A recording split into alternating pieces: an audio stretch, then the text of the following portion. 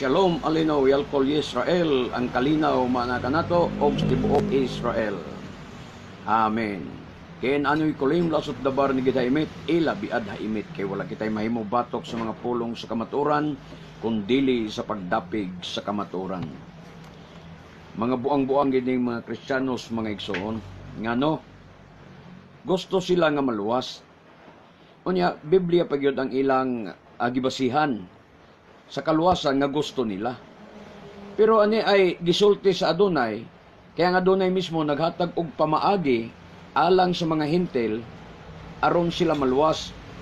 No? Mabasa nimo diri sa Jeremias 12:16 ang pamaagi nga gihatag sa Adonai ngadto sa mga hintil aron maluwas. Pero unsay nahitabo, dili pod sila motuo. Muna makaingon ta nga buang-buang gyud. Kay naghatag ng Adonai pamaagi sa mga hintil aron sila maluwas, maghimo man pug bangag ang kining mga hintil. Maghimog sad og ilang kaugalingong pamaagi. Maghimo sila og ilang kaugalingong reliyon nga isuon. Samtang ang agi nga gihatag sila sa mga hintil aron sila maluwas, simple ra gyud kaayo. Wa gyud mangingon Adonai nga paghimo mo inyong reliyon aron mo maluwas.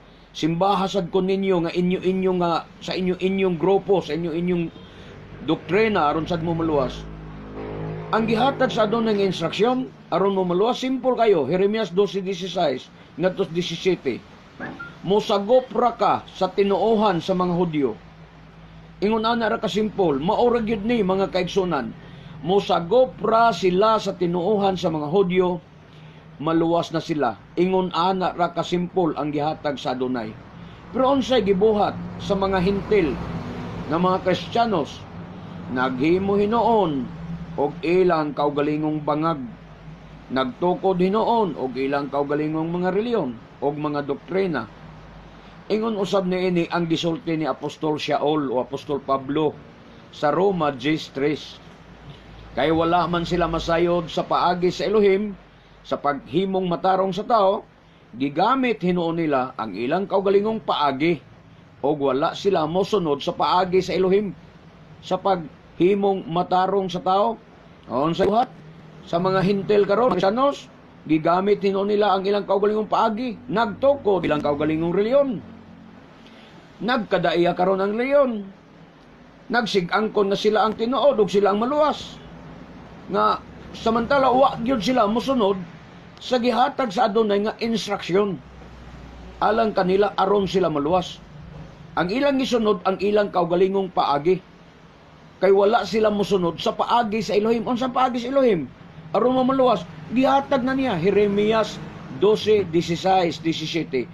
Musagop lang ka sa tinuohan sa mga Hudyo. Mao na ang iyang paagi aron mo maapil og kaluwasan, ay mo pagtugod og kaluwasan. Hudyo ra gyud ang gisaaran sa kaluwasan diha sa tibuok Biblia, mga kaigsunan. Mao ni ang nahitabo karon nga imbis nga mosagop ra tuhan sa mga Hudyo ang mga hintil aron sila maluwas, naghimo hinuon sila sa ilang kaugalingong paagi, mga kaigsunan. Di ba? Mao na nga nagtukod hinuon sila og ilang kaugalingong reliyon o nagtuo dayon nga maluwas sila, pinaagi ni ana pagkatoy-toy. Hinumdumin ninyo si Cornelio. Si Cornelio maampoon. Unya giperma gyud sa Biblia ang ampo Cornelio ni sulbong sangit. Anghel mismo nakiya kang Cornelio, pastor mga kais na bugil. Nga nangarisgar mo Cornelio. Wa gyud tingali. Pero si apostol si Cornelio, iya gyung gikaistorya ang anghel sa iyang pananaon sa panahon sa iyang pagampo. Unya gisugo ba siya sa anghel nga magtukod og iyang reliyon? Wala. Ang unsay sugyot sa anghel niya, ipatawag si Simon Kifa, Pedro. Kinsa man si Pedro, Hudyo. Aron idugtong ang pagtuo ni Cornelio ngadto sa pagtuo ni Pedro nga mga apostoles, nga mga Hudyo. Mao ang gusto sa Adonai, di kay magtukod kag imong reliyon. Mukunta kag Hudyo, idugtong ang imong pagtuo ngadto sa mga Hudyo, sa mas gibuhat ni Cornelio kay mo'y gisugyot sa anghel kaniya.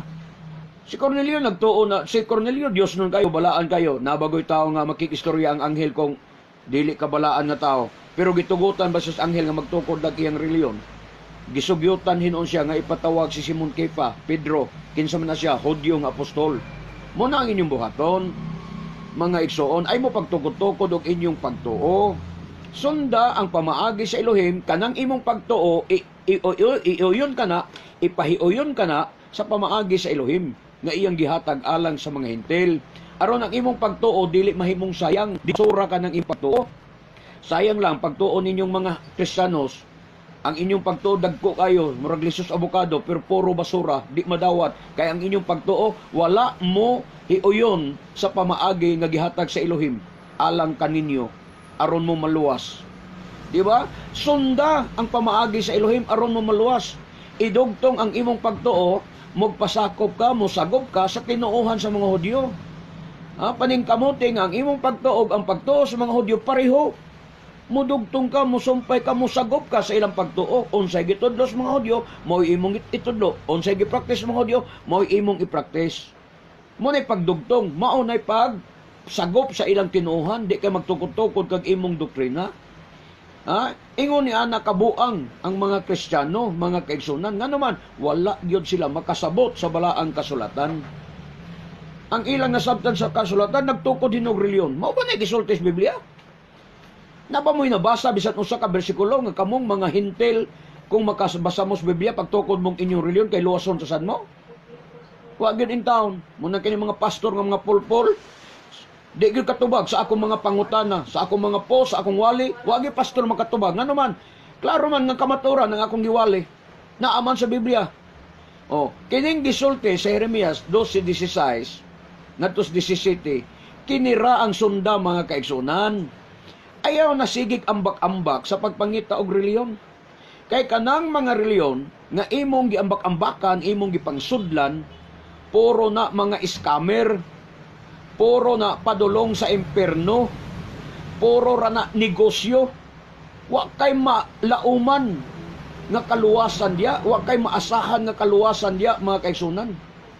Puro ra na negosyo, puro ra na scam.